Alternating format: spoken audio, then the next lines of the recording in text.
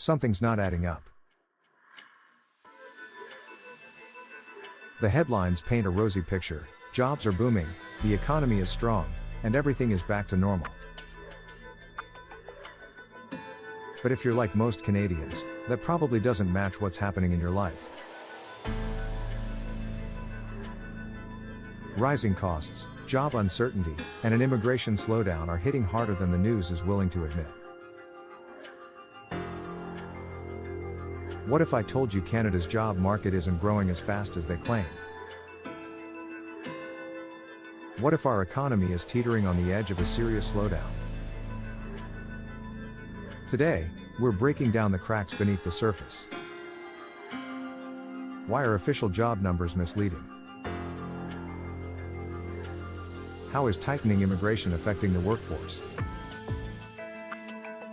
And what happens when consumer spending collapses under the weight of rising debt?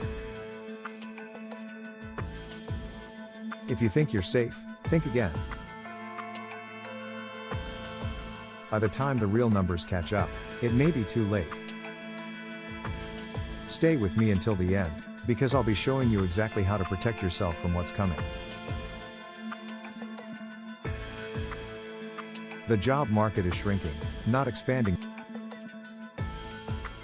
You've seen the stats. Canada supposedly added nearly 1 million jobs in December, marking one of the strongest periods of growth in years. Sounds incredible, until you look deeper.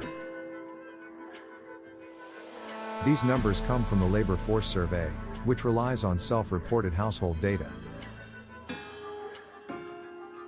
Meanwhile, more accurate payroll data, which tracks actual paychecks being processed, shows something very different.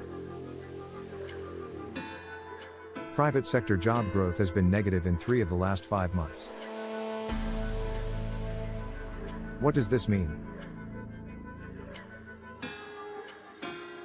The government is overstating job growth, creating a false sense of security. If you feel like your paychecks aren't going as far, or job openings are drying up, that's because they are.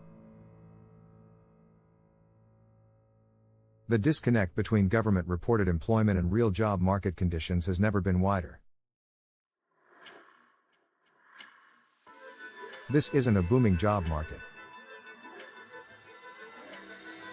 It's a warning sign that the economy is cooling down faster than expected.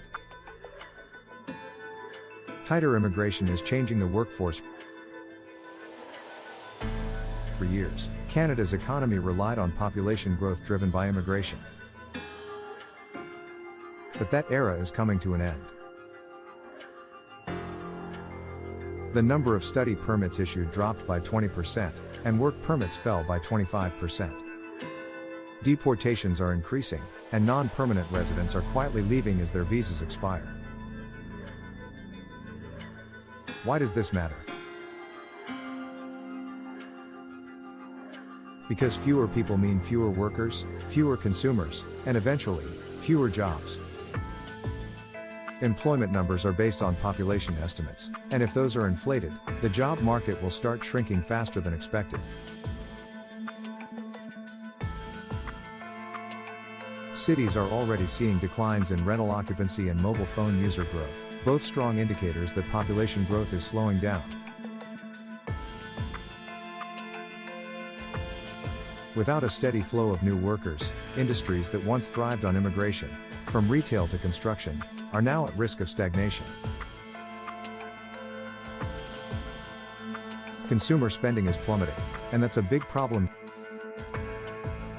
Job losses aren't just hurting workers, they're also hurting the economy.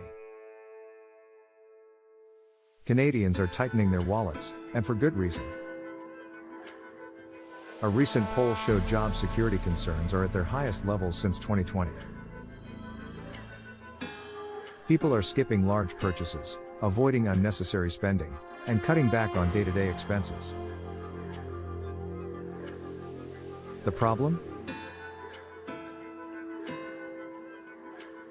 Consumer spending drives the economy. When people stop spending, businesses struggle. Retailers cut back. Restaurants shut down. Layoffs increase. And suddenly, the very foundation of our economy, consumer confidence, starts to crack. And this comes at the worst possible time. Mortgage renewals are skyrocketing, with homeowners facing payment increases of up to 40% overnight. That means higher monthly costs and even less money circulating in the economy. With wages stagnating and credit card debt reaching record highs, the average Canadian has less spending power than ever before. What happens next?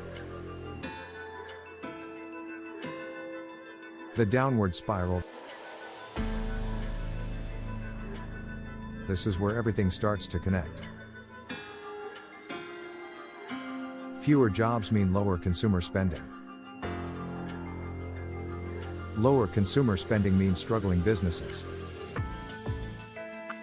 Struggling businesses lead to more job losses. It's a vicious cycle that could push Canada into an economic downturn much faster than anyone expects. On top of that, the housing market is cooling. New condo sales in Toronto just hit a 28-year low. Housing starts are down over 30%, meaning fewer homes are being built. The effect? Higher rents, tighter housing supply, and even more financial stress on Canadians. If job losses accelerate, we could see an increase in mortgage defaults and forced home sales, adding more instability to an already fragile economy. The question isn't whether this will affect you, it's how soon. If you're employed, you might be fine today. But as companies start cutting back, layoffs will spread across industries. Even those who feel secure now could find themselves struggling in a few months. How to protect yourself before it's too late? The people who will survive and thrive in this crisis are the ones who prepare now. There are a few key steps you should take immediately to protect your financial future. First, build an emergency fund. Even if it means cutting back on unnecessary expenses, having extra savings will be crucial if things get worse. Prioritize paying down high-interest debt, especially credit cards, since interest rates aren't going down anytime soon. Second, secure your job position. Keep your skills sharp, update your resume, and start networking now. If layoffs happen in your industry, you don't want to be caught off guard. Consider diversifying your income, whether through freelancing, side gigs, or learning new skills that make you more valuable in the job market. Third, stay informed. The media will continue to push the idea that everything is fine, but the numbers tell a different story. Follow independent sources that break down what's really happening, so you can stay ahead of the crisis instead of being blindsided by it.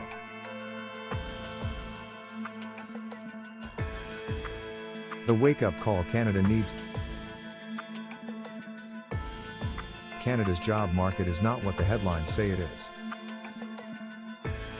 The economy is slowing down, and the early warning signs are everywhere.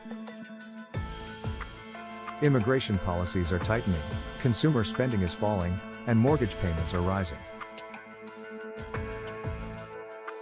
If you're waiting for the government or media to warn you, you'll be waiting until it's too late. The smartest thing you can do right now is prepare. Pay attention to the numbers that matter. Make decisions based on reality, not headlines. And most importantly, take control of your own financial future. What do you think? Are you feeling secure in your job right now? Are you cutting back on spending? Let me know in the comments below. And if you found this video helpful, hit like and subscribe, because in times like these, staying informed isn't just smart. It's necessary.